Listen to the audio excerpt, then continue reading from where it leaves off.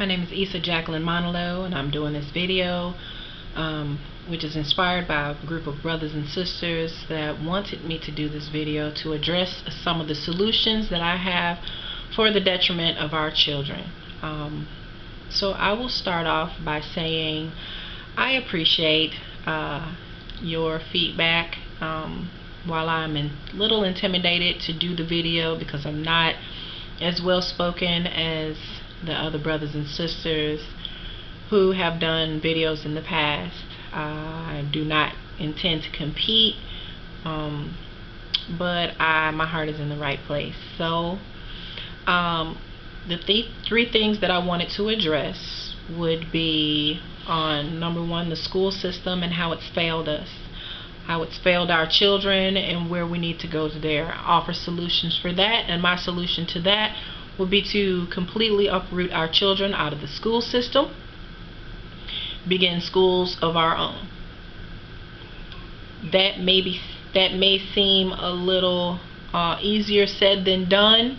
However, if we can spend $3.1 billion on Christmas as a black nation, then we can spend $3.1 billion on schools, offering the best technology, the best teachers, the whole bit.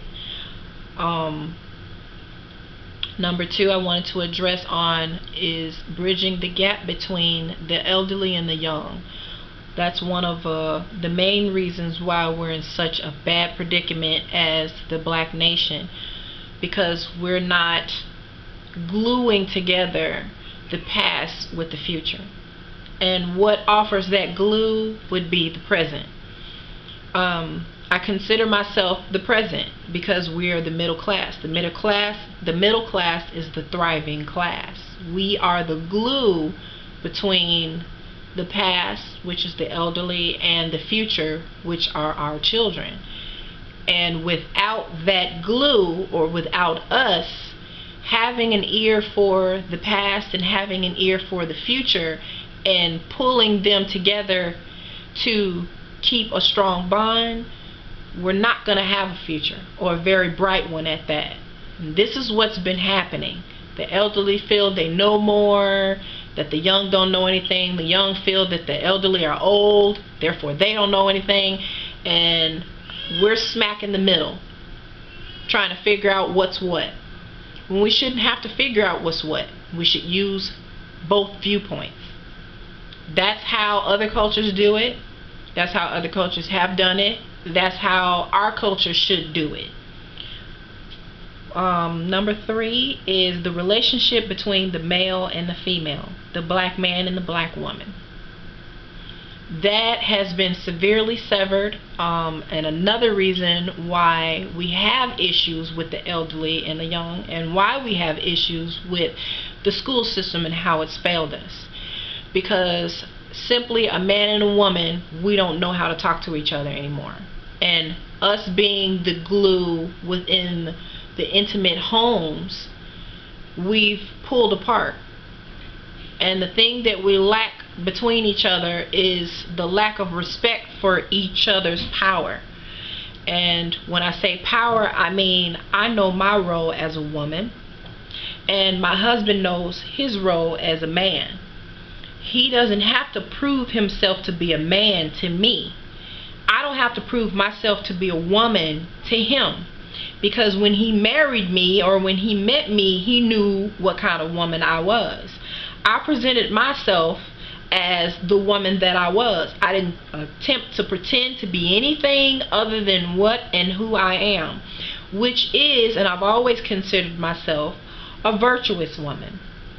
Now, when I talk about virtuous woman, I do refer to Proverbs 31. However, how it's interpreted and how it's been interpreted has been severely askewed. It is not the submissive, oh yes sir, I'll do anything you say, oh, and oh yes, I will cook and clean for you and all this. That's not the subservient woman that everyone makes it out to be. I suggest that you go back and reread it and reread it and reread it again to decipher exactly what a Proverbs 31 woman is. For me, and reading that word, it basically taught me to be the woman that I already was, to instill in it basically a multitasking woman, a businesswoman, a woman that cares about her children, cares about her community, cares about her husband, cares about how she looks, how she presents herself, how hard she works, how she's loved among her people. That's what a Proverbs 31 woman is. And that's how I carry myself, because my integrity to me means everything. Now, with that being said, by me loving and respecting myself and applying myself as a woman, the man in my life found me because I was already presentable. And that level of respect that he has for me and the level of respect that I have for him is there, and it was placed there as a foundation. And that's what is lacking in the homes now. The foundation is severely cracked because of the lack of respect for oneself. Now you have my husband respects himself, he loves himself. There are things that he wouldn't do even if I wasn't around or I wasn't in his life. And I love that about him. I love that he has respect enough, to know that ass is just ass. A woman shaking her butt in public that's just, there's so many of y'all doing that. And so that doesn't matter to him, and it doesn't even bother him.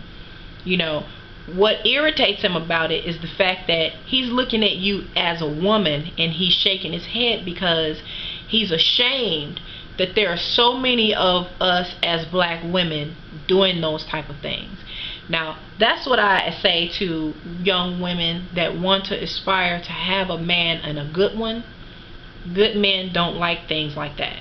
They don't like booty shaking and twerking, or whatever you call it, half naked women running around. They don't like that type of attention, because a good man wants a good woman.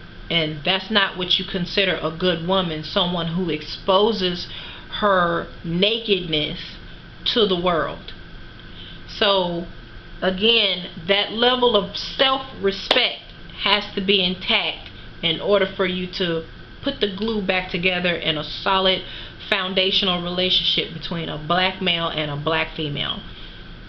With that being said, men as well. Men go out and they're doing all of this craziness. They love their cars more than the women. They love their cars more than they love their children. These men are so loose, and they feel like they can just leave the home and spread their seeds out in the world. And it's ridiculous, because you're a dime a dozen too. You're not worth anything to women like us. We don't want men like you in our lives, because you're nothing. And you put yourself out there like that. I didn't do it. I love black men. I love my black men. And I yearn for the day where I actually see our black men stand up and actually be men on a global scale. It's important for you to first learn to love yourself. If you love yourself, as I use my husband as an example, my husband loves himself so much that the seeds that he created, he's determined to stay in their lives regardless of anything. He'll put me out before he leaves his children. And I love that about him. I respect that about him, because no one's going to tell him that he needs to be apart from his children. No one. And not enough booty shaking or twerking or other brothers in the world that like to try to talk things into his ear will separate him from the love and the responsibility that he has for his own sons. He loves his sons that much because he loves himself that much. And that's where that level of self-respect and self-love is, which is why I consider our family a solid family because I love myself enough to respect myself even in public, and he loves himself enough to respect himself even in public. So bridging the gap between the elderly and the young is important. Pulling the children out of the school system altogether and creating a school of our own is important. And severing the ties between the black male and the black female are the three main things that I am going to address bit by bit, in size and in detail, in future videos. Thank you for listening.